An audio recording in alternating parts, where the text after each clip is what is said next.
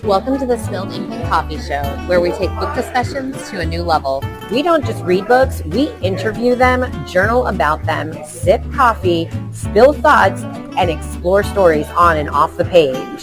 Grab a cup and get cozy, because every book deserves a great conversation. On today's episode, we're spilling ink on arcs that should have stayed in draft mode, roasting bad Scottish romances, getting lost in a town called Night Vale, and asking our books some weird-ass questions. We give you the read and roast. Now, there are weird-ass questions. There's two ways you can do this. You can either just pick one weird-ass question off the list during Weird Ass Question Time, or we do this quick fire chaos, and it's as fast as you can. Like, what's a book that you're really familiar with? Like a book that you just really are, so for, even if it's one you teach. Well, it's one that I actually just read again, and I've taught a million times. All right, go. To Kill a Mockingbird. All right, so if this book had a smell, what would it be? You gotta answer fast. Grass. Who in this book is definitely two raccoons in a trench coat? Boo Radley. If the villain had therapy, would they still be a villain? 100%. Which character would get scammed by a prince of Nigeria? Scout. If you had to fist fight one character in a Walmart parking lot at 3 a.m., who would it be? Bob Yule. What's the most chaotic way this book could have ended? A fist fight between Bob and Atticus. If aliens found this book as their only record of humanity, what would they assume about us? We are horrible, and thank God we're extinct. Rename the book. If this book's plot was decided via a drunken game of Mad Libs, what would the title be? Here's an example. The Great Gatsby, rich dude dies for vibes. Rename it in 5 words or less. Horrible humans through eyes of kids. Oh, that's 6. That's 6. And remind us the title and author of this book. To Kill a Mockingbird. Thank you. Harper Lee. So the quick fire in lieu of a weird ass question. Okay. Like if you found like this book was just that kind of a book. We went and we auditioned at West Coast. Oh, you went to West Coast I went to Players? West Coast Players. Holy shit, how was that? Totally different vibe, right? Tell me all the things. Oh my gosh. There weren't a ton of people there auditioning. So it's Dial M for Murder, the Alfred Hitchcock, but they've switched it up. So instead of like the Grace Kelly character having an affair with the what's-his-face character, it's 2 women. Okay. But it's still set in the 1950s. Rock on. So I was like, okay, cool. And so they posted the age as the women between, it was said 30 and 40s. I barely fit that. I'm 46, so I fit that. So I was like, okay. But you still look 29. Well, apparently that was the problem. Oh my gosh, no way. Yeah. I think... Your stage age is younger, because when I saw you in the other show, even Andrew said the same thing. He's like, how old is Rachel? We're the same age? And I said, yes, you are. I'll let her know. Because your stage age is younger. So, well, I was thinking, well, I mean, it says 30 to 40, so even if my stage age is younger, I can somehow fit in the 30s. So I was definitely... I think there was one other girl there who was younger than me. I believe everybody else, every other female there was older than me. Oh. With the exception of 2 gentlemen. Well, I'm very excited that you auditioned for Dial M for Murder, and we're awaiting to find out the casting choices. I'm so excited for you. Yes. You'll be the first to know. Thanks. I'm a slow eater. No, I'll be second. You'll tell your daughter first. You're right. I'll tell my daughter first. I'll be second. Tom will be third. Tom will be third. Actually, wait a minute. Although this time I did tell him I auditioned. Last time I didn't tell him this time I did. Honestly, I think Navi is going to be first, because you'll be like, oh my God. Or you'll be like, Navi, and then you'll tell Rebecca, and then you'll tell me, and then maybe get around to it with Tom. Maybe I'll get around to telling Tom. We'll see. Because you'll walk up to him and be like, you want to know how it turned out? And he's going to be, well, do I got to buy a ticket? It's going to be, who's going to buy my ticket for me? Who's going to buy my ticket? Who's going to buy my ticket for me? Oh my gosh. Yeah. We love him. For those of you who don't know, Rachel's husband is the clone or twin of Will Ferrell. Guys, I mean it.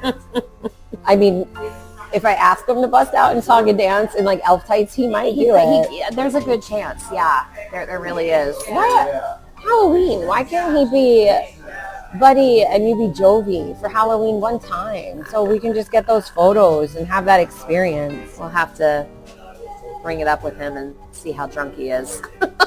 Which, how exciting, because you have this vision now for a once a month virtual on Zoom book club that when we get to Halloween, we can dress up. We can dress up. Yeah. October will have to be a dress up Zoom session for sure. 100%. So. You're the best like fun event planner in this stuff, so I can't wait to see like each month something different you may splash on this. Oh, I don't know.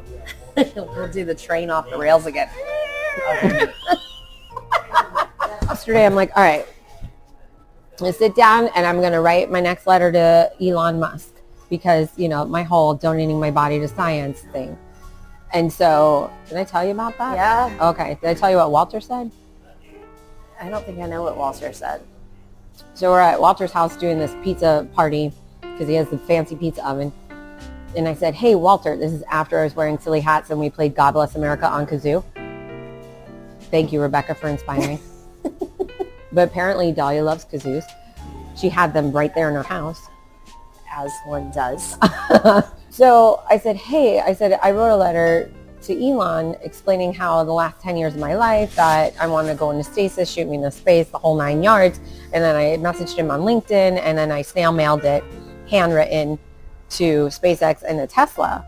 I said, hoping I'll get a response. I said, so I'm going to do this weekly so he knows I'm serious. He goes, you want a response, Casey? He goes, it's going to be the FBI showing up at your door. And I was like, well, oh. Yeah, these days, and, you know. He goes, I don't think that's the response you want, so you might want to rethink your strategy. So here I've been rethinking my strategy for 2 weeks. And I'm just like, well, I'm at least going to start writing the letters because I have a lot I got to say to this dude so I can get my body donated to science, and he's the one.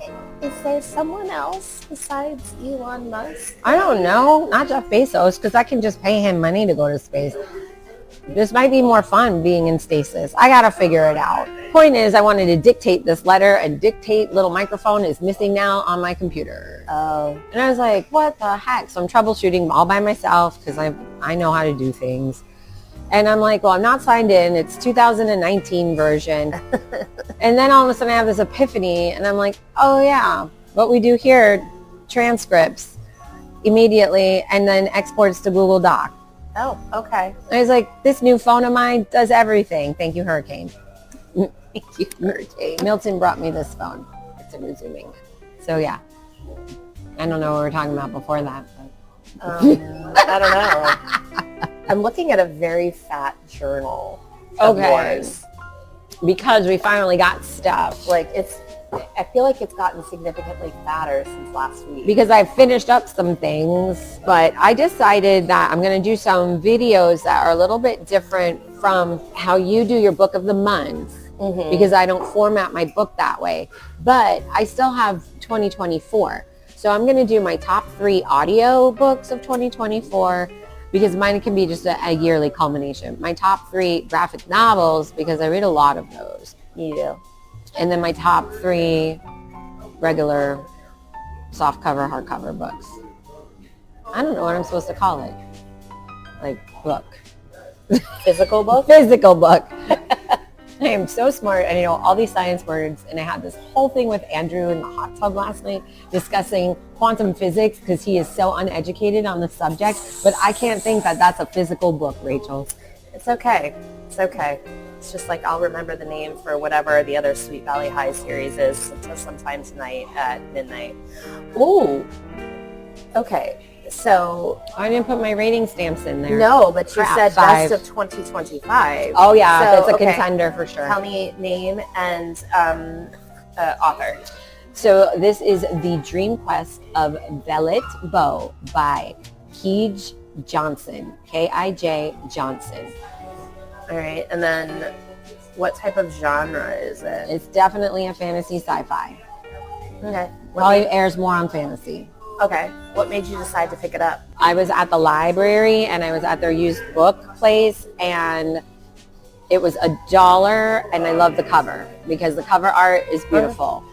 Once again, you and art. Mm-hmm. And the art is, I can't explain it, but I'm sure you saw it on the Instagram and you'll see it in the future. But it really is awesome. But cover art is by Victo Nagai. So this is, cover design by Christine Fultzer. This is a Tor book, by the way. It's Tor Publishing. So did the book, I know this book took you a little bit longer to read. So did the book hook you right away? Did it take some time? It took some time because it's descriptive writing. And it's descriptive writing in the fantasy genre, which I do love and appreciate. But it also has an interesting voice because the vocabulary words are not what we have here in the U.S. So I have not looked up any information about this author. I was like, is it a translation? I have no idea. Okay. I didn't do a deep dive into this as far as who the author was because I was just trying to get through the books. I'm like, why can't I not get through it? But when I got to the end, I realized why. Because this is one of those books that is part of your life and your universe, and you're supposed to finish it when you're supposed to finish it. Got it. As the universe tells you. I'm looking at some of your quotes. Nothing like dying to make you feel alive. Holy crap. Wow. Well, the back says it's a haunting novella, which I would agree, and that it is a commentary on the classic H.P. Lovecraft tale and a profound reflection on a woman's life. Okay. True. And this was before all the stuff happened at my work, that this happened. So I think it was oh my gosh, I have to sit here when I read the end, which you'll see in my notes, because something big is coming and I was supposed to read this and have the ending today for something that's about to come tomorrow. And boy, it came the next day all right. And you got this for $1 at the library. Yeah. Wow. I love the library. Enjoying silence. I think that's something you do when you get older. I think you sit in silence more and you listen to the silence because then you can hear things beyond. So you say in here, I was literally yelling in my backyard about it. Why were you yelling? All right. I never mark my book with tabby things. I'm so happy that I saw tabby things in your book. But now tabby things are everywhere. Started with this book, and now other books are tabby things. Because here I am in this beautiful fantasy world, and I'm going through all these things, and then she meets this creature who is, we'll just say it's a dog. Okay. And we all know that. My dog has passed. You're a big part of that journey. So we meet this dog who's a ghoulish dog. But she, way back, meets this dog as a puppy and saves his life. And now her life is in danger, realizes that this is that same puppy dog and all grown up, and then saves her from the danger because she's trying to travel from the dream space, this dream world, into the waking world, which is what you and I know. Okay. And it's a hard journey and it's a dangerous journey because she needs to go save somebody or all of her city will be destroyed. Because in the dreamscape, we're still in the polytheism when we have multiple gods. So one of the gods, the god, his granddaughter is like, yeah, I'm not going to live here. This place sucks. And then comes to our reality. So she's got to bring her back. Otherwise, millions and millions of people in the dream world are going to die. Okay. So this dog goes to help her. And they get through the gates. And we take the hardest freaking left I've ever read in a book in my life. Wow. And I'm screaming in the backyard. And I'm like, what do you mean we're in freaking Wisconsin? The dog turns into a car. And everything that was is translated when it comes over here into something different. Okay. And I don't want to go through it all because you have to get to this much of it to see how it unfolds rapidly. Okay. Into all of a sudden everything this is that and that is this, and the dog becomes a car, and then all of a sudden a banana turns into a cell phone. And now it's automatically GPS to find this girl who is now in Minnesota, and we have to take this drive to Minnesota to extract her to bring her back to the dream world. Oh.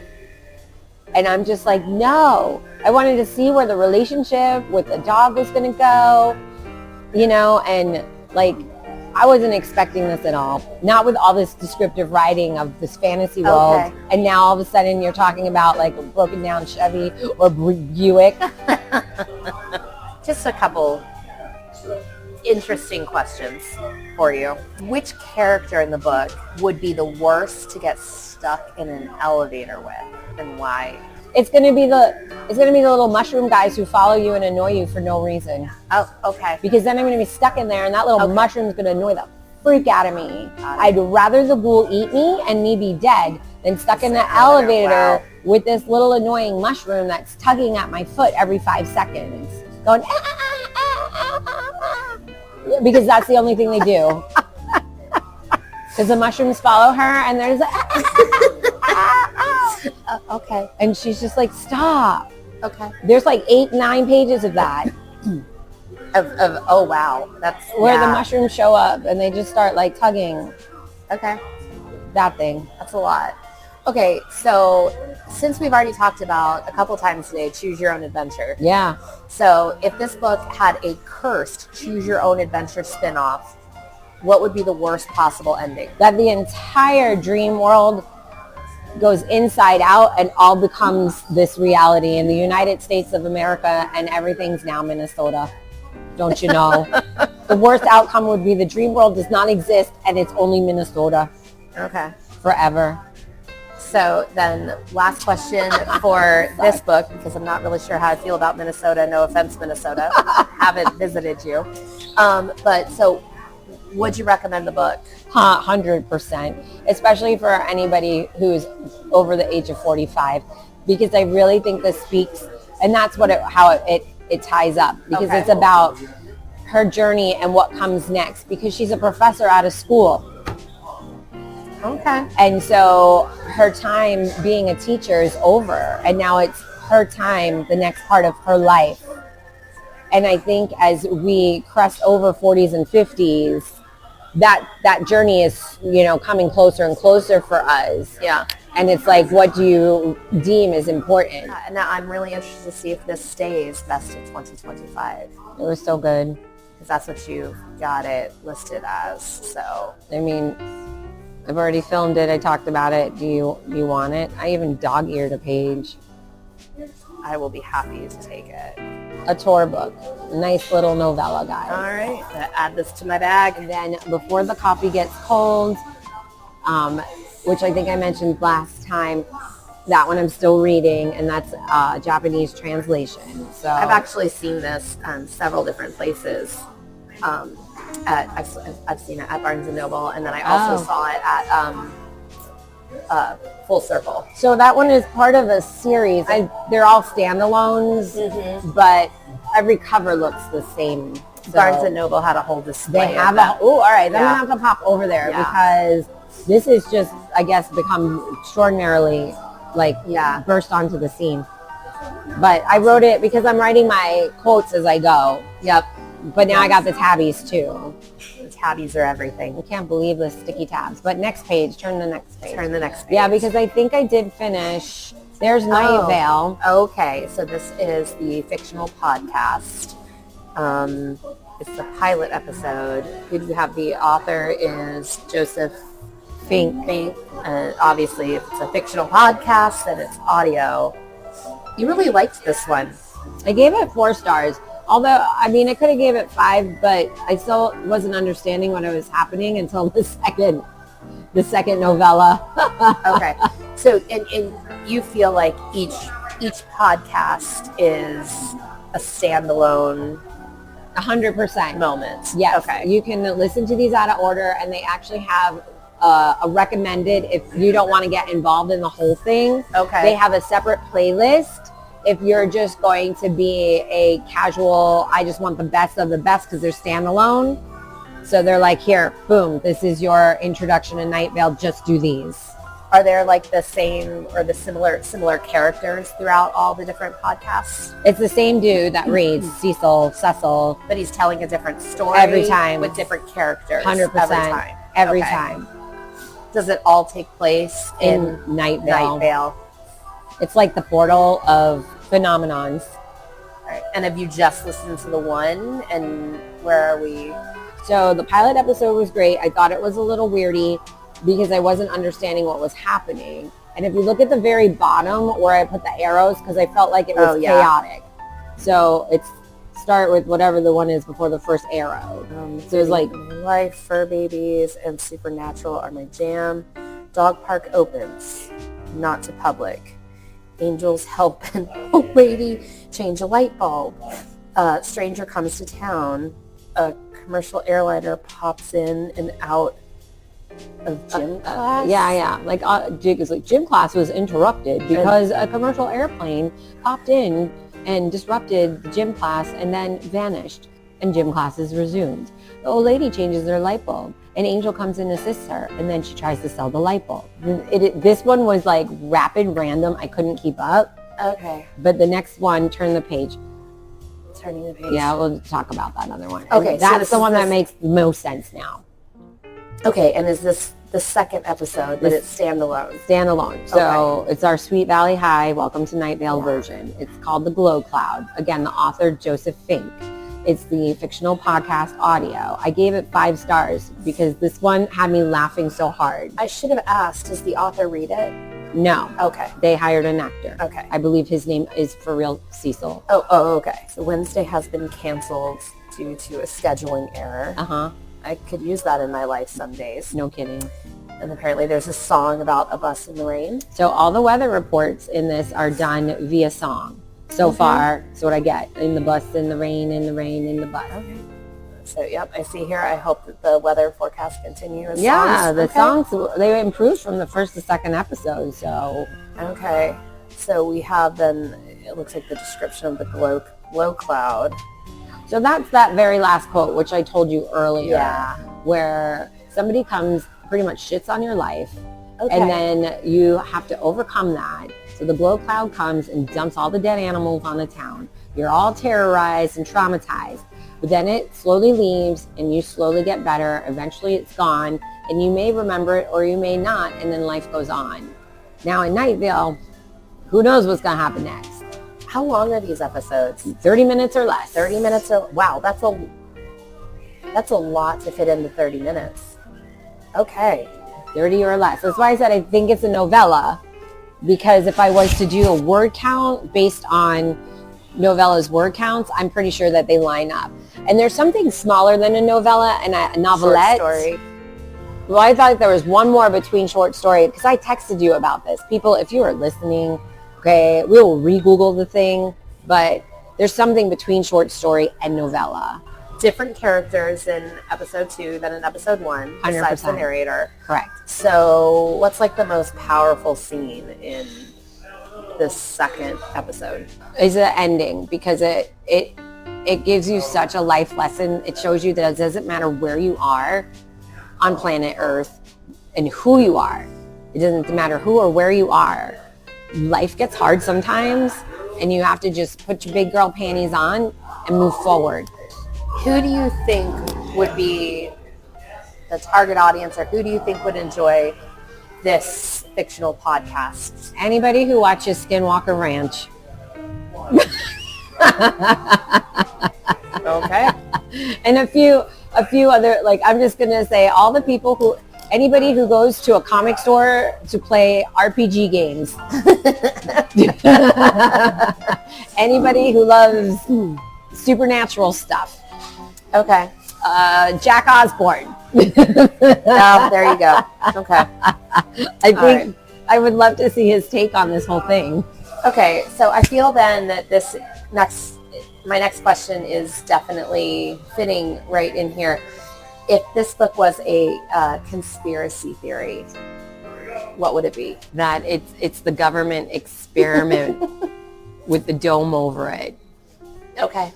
And they don't know that we all exist outside this dome, because to these people, this is normal. So I don't know if it's human conditioning by a government conspiracy or if it's, a human response by some madman where they used to do lobotomies and shock people.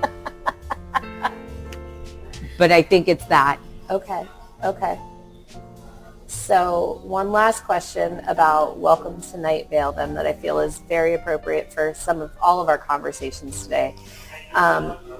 If the author had to rewrite this as a musical, or if it was going to show up on Drag Race as a rusical, what would the big show-stopping number be about? Oh my gosh. With this episode, I would love to see all the queens and it's raining, right? It's raining men, but as a rusical, Yep. it's raining animals, hallelujah. And then one comes out and she's like a hot little sheepy number. Okay. And she's doing her sheepy shimmy. Okay. So, and then all of a sudden she drops dead. So there's, whoever the main character is the kid outside, the teenager. And it's like, oh, look, the glow cloud came over. And then, Shangela drops down and she's shimmying as a sheep. And then she goes over and it's like, oh, look at the cute little, and now the sheep's dead. And then this keeps happening. Okay. To a rewrite of It's Raining Men. That's the best answer ever. It's the only one I got. I love it. RuPaul, if you're listening, go for it. All right. Are we? And then just to double check. So as far as what's up and coming on your book journey, you are currently listening to The Lost Realms. Yes. And it looks like you're reading The Orbital, which by Samantha Harvey. Yes. And so Orbital, it's a space book for sure. And it's following all of these people on a space station and what it's like to be an astronaut for realsies. Okay.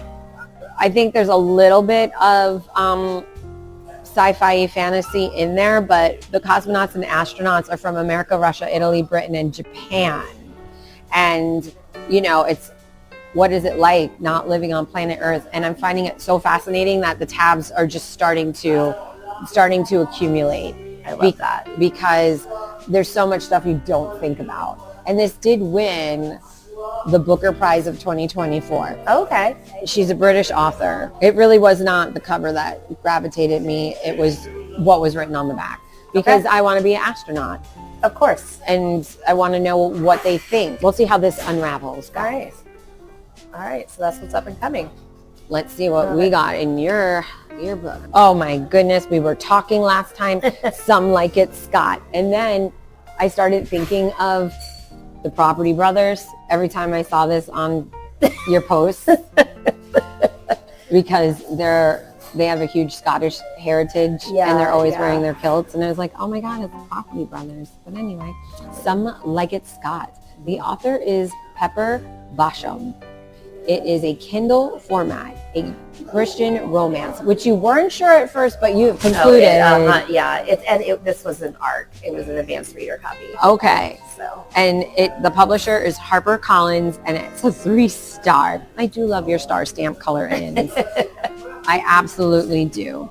Okay. It's not cosplaying. The brochure states several times that's an Edwardian experience, whatever that meant. No lightsabers or hobbit cloaks. So you're just going to have to give me why I read this. Give me all of the things. Like, why did you pick up this book? I picked it up because I saw the cover on, this was through Edelweiss. I saw the cover on Edelweiss and I thought it looked cute. Thought it looked like a cute little romance. So I requested it and I was given it to read and review. So that's honestly why I picked it. I did not realize, I realized it was a romance. I didn't realize it was a Christian romance. No, not that I have a problem with that. Well, it's giving St. Patrick vibes, and how appropriate in March that you gravitate to a St. Patrick vibe Christian novel. I guess. You didn't see that thread of connection? Well, no, but interesting. So when you first started reading it, what were your thoughts? It was, I really liked the first 30, 40 pages. They went really fast.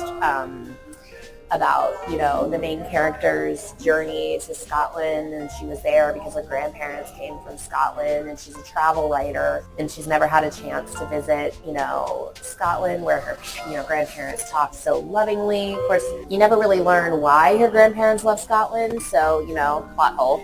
But it was cool to see.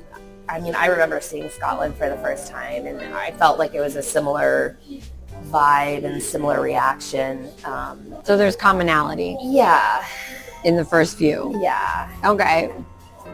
So did you ever really get hooked in? Not really, because part of the problem was it was very repetitive. If I wanted to play a drinking game, I would be so drunk under the table if I took a shot every time she mentioned that her grandparents were from Scotland, or if I took a shot every time that she talked about that she was lonely. That's interesting, because all of your quotes make me go, so how much of other authors and their writing do we talk about? Because I'm like, wow, there is a lot going on here in Lord of the Rings mentionings and Knights of the Round Table. Like, we didn't write our own things. A lot of Scottish stereotypes, maybe I would say, or, I mean, Lord of the Rings isn't Scottish. Lord of the Rings was, filmed in New Zealand. So Correct. Lots of mentions of fairies and fairy pools. And yeah, that's all very Scottish, but I don't need to hear it mentioned twice in a chapter. And is that why she says no one else understands the plight of my imaginary friends? Because these are her for real imaginary friends that she repeats over and over again. That was probably my biggest issue with this book, was the amount of internal dialogue between the two main characters. They spent more time talking to themselves than they spent talking to each other. Oh, wow. And that is why it ended up with 3 stars. Were they married, or were they getting together? Because I feel like that was a marriage that's been together a long time to do that. No, it was 2 people meeting for the first time and falling in love. In their own heads as they talk to themselves. Yeah, there was a lot of falling in love in their own head and never really expressing it, or never and all of a sudden it's just like, we've had 3 conversations and now we're in love. When, you're like, well, wait a minute, they've been talking about how much they love each other this whole time. Like, oh, but not with each other or with anybody else. They've been talking about it to themselves. Wow. Yep. Was there anything good or powerful? Like, was there a powerful scene or memorable scene for the good, not for because it was crappy? So both the main characters had lost a sibling. And, that was something that drew them together, was they'd both lost a sibling. And the main character really, opened her eyes that this is how his family dealt with it, that the person that they lost was really still there because the memory was still alive and they still talked about that person all the time. I mean, it sounds like it has potential if they just shifted a few things. I think, honestly, if they took out, it was repetitious, if they cleaned, and this was an arc, so maybe that's something that, although that's the point of it, right? Yeah, but I think it comes out next month, at the end of next month. So let me ask you this then about arcs. Do they just have you read it to review it, so they have that review base built up before the release? Not because it's a pre-test version. That's a different thing. Yeah, that's not my job. That's an editor's job. Our job, we read the arcs so that, when a book comes out day 1 and you go to download it or buy it, there's already, if you go to Goodreads or, on Amazon, there's already reviews there. That's what an arc is for. Got it. Okay. Did you ever read anything by this author prior? No. Is there anything by this author other than this book, or is this their first? No, there are other books, which this is apparently her genre is this kind of Christian romance. So now knowing that, I don't know if I would read anything else by this author, just for the simple reason, not your Christian romance isn't my jam. Because it's a Christian one, I want to know which character is definitely hiding a dark secret that was never revealed. Was there anybody that you felt like had a dark secret that was maybe not so Christian? I would say the grandfather. Oh. Just because we never know why he left Scotland. There's the mystery. She says over and over again, He loved this place. Well, then why did he leave? And that was never even addressed. So would you recommend this book? If you like Christian romance. Perfect. If you are looking for a romance book, no. And who in the world would enjoy this the most? The church ladies at the local Baptist church. Wasn't expecting that one. Yep. And if this was adapted to movie or TV show, who would you cast as the two people who are talking to themselves in their own heads? So there's a big deal that's made because she, the main character, is 6'1". Wow. Yes. And then he is 6'3". Okay. That's like the whole thing. Like they're both two very tall people, but she's obviously, very tall for a woman. On Game of Thrones, I think her name's Gwen, the tall blonde actress. Google it on your apples. Oh my gosh. Because our listeners want to know who you're casting in Some Like It Scott, the Christian romance. Tall and beautiful. And then this would just make it that much more funny and ridiculous. And I don't have access to my internet here. Oh my gosh. Because we're back this far in the And I cafe. don't have the Wi-Fi on. Guys, Chez David, not sponsored, but it's a beautiful place. You can get the Wi-Fi. You just need the password. So, all right, that chick that's tall from Game of Thrones who's gorgeous. And then who's our dude? I need somebody tall. I need a tall dude. Preferably someone with an Irish or Scottish accent. Oh, but they're actors. Not that they're the same. I only got one dude that popped in my head. Help me out. The dude who played Kylo Ren. Because How tall is he? He's so tall and awkward.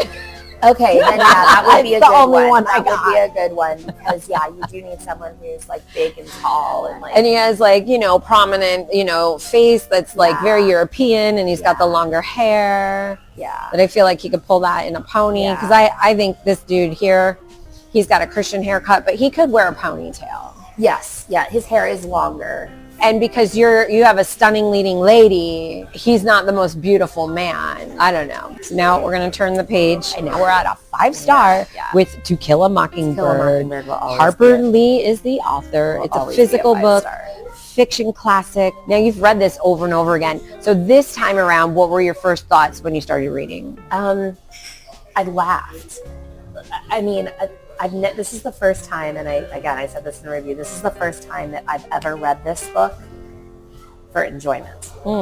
Every other time, and I've read this book probably 100 times in my lifetime because I have taught it. I have been taught it. So, but I've never just read it to read it, if that makes sense. Yes. So even, starting out, because so much of the beginning really focuses on the just kind of the story of the kids. And that's kind of hard for me because I know the history of the book. I know that this was originally a bunch of short stories. All the little interludes with the kids. And that they've turned into chapters. She ended up putting them together, editing them together. But I forgot how fun those chapters with the kids were. In the summer, 1935 in Alabama, just getting into trouble, trying to, get the neighborhood spook to come out, I laughed because I was like, I'm just reading it. I'm not thinking, okay, now we got to talk about the simile here. Right. Or, we need to talk about the symbolism of, or I need to explain what this means. Guys, if you ever want any of this, let us know and she'll do a separate video for you. Since you started laughing, the book, obviously it doesn't take you time or to get hooked because you've done this so many times. But even if you've never read this book before, it would hook you right away. Now explain why. Is have the style of writing and favorite characters. How does it grab you? It's so relatable. It's simple. I want to say simple diction. Because it's told from the point of view of, a 6-year-old. So 6-year-old's the main character, and it's told from her point of view. So it's not this elevated language. It's literally seen through the eyes of children. So you can't help but oh yeah, that's fun. You put her in a tire and sent her down the street in the tire. We decided to sneak out at night and try to sneak into the neighbor's yard. it gets heavy. It's lurking. That the heaviness is lurking in the first part, like it's there, and something's coming, and then it comes heavy in part 2. But it's always referenced, like this is going to be tough on them. This is going to be tough on them. But it's such an easy read with such a huge message. And the story to the characters are so all of them are relatable. Well, I mean, the one quote, Atticus was feeble. He was nearly 50. It's so interesting because, kids, oh my God, you're old and you're going to die tomorrow. Yeah. Oh, we do love the kids. Most memorable or powerful scene this read around? Can't say the whole book. So halfway through the trial, this is obviously a big trial in this book. Halfway through the trial, one of the kids still gets so sick because of how Tom Robinson is being treated and how he's in the courtroom and how he's being treated because he's black and how it's so obvious that he is innocent. There's no way on God's green earth he could have done what he's accused of doing. And Dill goes outside and throws up and it's like, I can't take it, how they're doing him like this isn't right. And one of the other characters in the book makes the comment, and we'll do it again, and only the children will weep. That was a quote you put. Yeah, that this is something that's been done and done and done again. And it's interesting because you're reading books that have this history repeats itself theme of the injustices of humanity and innocence. Yeah. Wow. So. I do appreciate that your quotes in this are written phonetically in how they would be spoken. That's how she wrote. So I appreciate that your quotes do the same reflection because that really helps me. And I knew going into reading this book, I knew this was going to be a two-page spread in my journal. I knew, just because obviously I've read this book so many times, but I knew there were so many powerful quotes. I knew there was no way I could fit them on a page. The 2-page spread is amazing. That's why I do think this needs its own video because I think people need to know that they're not locked into again, one way of journaling. Oh, I can only use this page. And because it's such a powerful book, is there anything that you thought different? Probably when I read it as a student and maybe even when I taught it, I might have had a little bit of compassion for Mayella, who is the character who accuses Tom Robinson of rape. Just because of they go into great depth about her life and what her father has done to her. But reading it again, I think maybe this time as a parent of a 19-year-old, which is how old Mayella is, I have zero compassion for her. None. Yeah, her life sucked, but she killed a man. So I have zero, that. This is the first time when I was reading it, I really felt like she's as bad as her father. I have zero compassion for her. As a human, maybe you should, but I don't. Or what she knew she was doing. I don't think there's an excuse for taking another person's life that I can think of, I guess, unless you're going to put the gun to my head. Which in 1930s Alabama, you could have just said he looked at you, and that could have caused a lynching. So she knew what she was doing. I have no compassion for her, and that's probably the thing that changed. It's interesting what happens when we grow and get that wisdom. Yeah, and it's probably been 12 years since I taught this book. So your favorite quote? The one about reading, that I didn't know that I loved reading until someone tried to take it away. Like, you don't love breathing. When someone tries to take it away, you realize how much you love it. So, yeah. I'm not going to ask if there's anything that you wish had been done differently because this is it's a perfect book. Right. And it did win the Pulitzer Prize in 1961, I believe.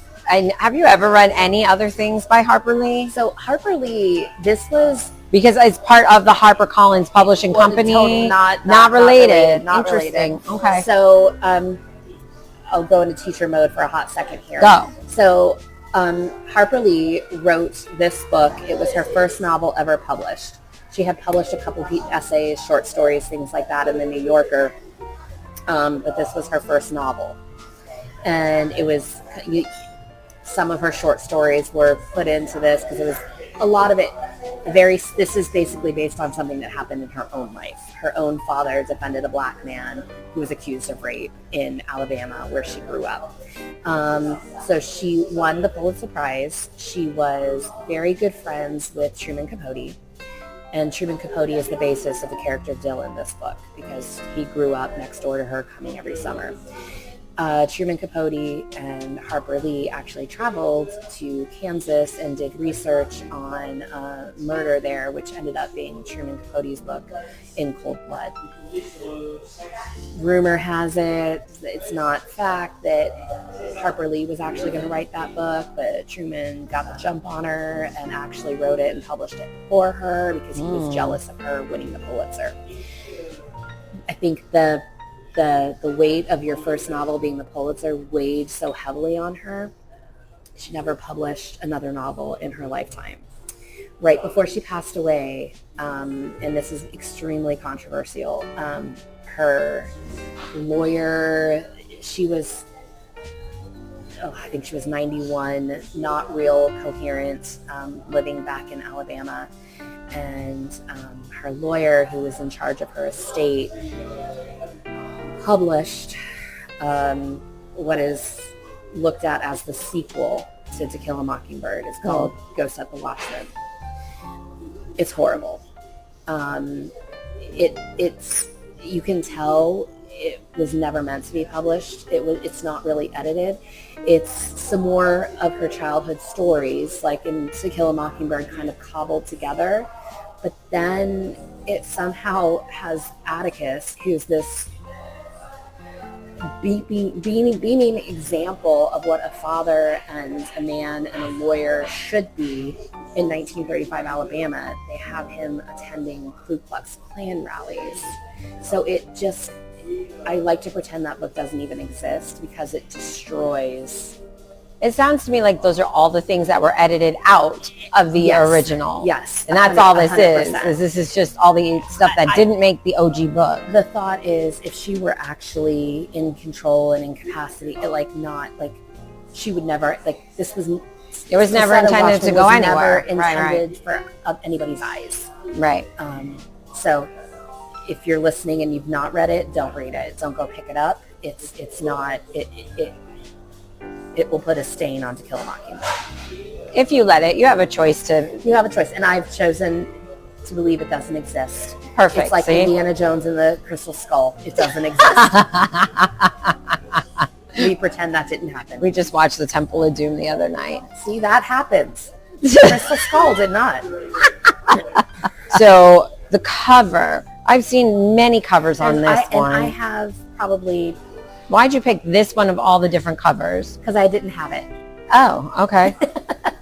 I have 3 other versions of this book that are all written up or marked up with school notes. I see. So I wanted a copy that was fresh for me to mark up in a different eye. So I didn't have this one. So that's why I bought it. All right.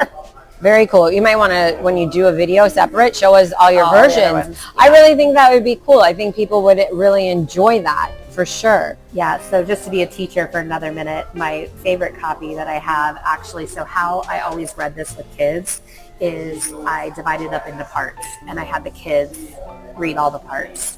So, so it was almost like a play. It was a play. You had a narrator. So my favorite copy that I have is one where all the different characters are highlighted in different colors, because that's there was a Scout book, there was a Gem book, there was a Dill book, there was an Atticus book. So whoever wanted to read Atticus today got the Atticus book so they could read those lines. Which is perfect. So if you're a teacher and you're listening and you're a language arts teacher, this is a perfect way to say, hey, this is how you shake it up in the classroom. Which I love teachers like that. I had one language arts teacher. We called it English back then, where she was the way that you were.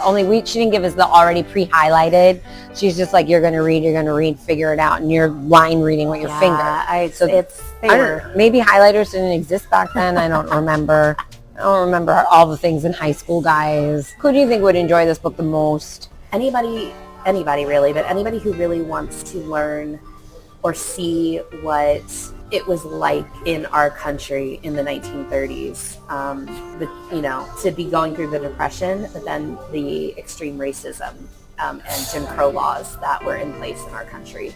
But to see it through the eyes of a kid, not an adult telling you this is how it is, but through the eyes of a kid. Of a child. Interesting. So now actually I've decided I'm going to put the first time we did the rapid chaos round at the beginning. And now, knowing all these things we just talked about, let's do the chaos round again, because I'm curious to see if your answers actually change, because we did a deep dive than before. Okay, quick fire chaos questions.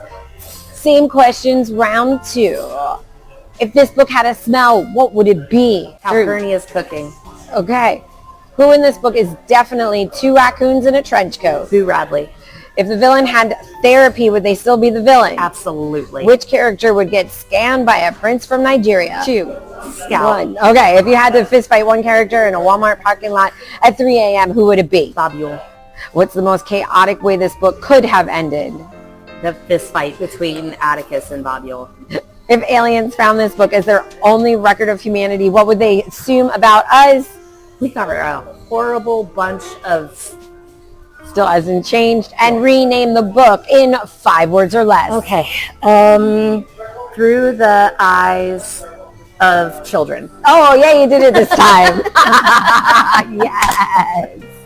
Now, tell everybody what's up and coming, because we saw a picture earlier on a Kindle. Yeah, so up and coming, I am currently reading another arc. It is called Wearing the Lion by John Weiswell. It is the retelling of the 12 Labors of Hercules. That's been kind of fun and interesting. Sounds interesting. And very funny, actually. Oh. And then I am listening to The Alice Network by Kate Quinn. That is, clearly I'm in a rut. That is another World War II story. It's okay if you're feeling your history vibe, go for it. Well, it wasn't that I was feeling it. It was what came available at I had it on hold at the library, and it just happened to come available as I was finishing The Dressmakers of Auschwitz. So we just kind of fell right into it. So those 2 will definitely be done by next week. All right, so how do we want to end today? Is there anything else in your journal that we want to talk about? No, but we've just got all the exciting videos to come. Yep. And now we're also in development of the Spilled Ink and Coffee Book Club. Yep. So more to follow. This is so exciting. Yeah, we're both so exciting. And we're going to find out if Rachel got the part in the play that she auditioned for. Guys, honestly, the book stuff was great, but really, that's the suspense right now. That's the cliffhanger. It is the cliffhanger of the episode. So with that, we're going to say au revoir, since we're at Chez David. I love that. Thanks, guys. See you next time. That's a wrap.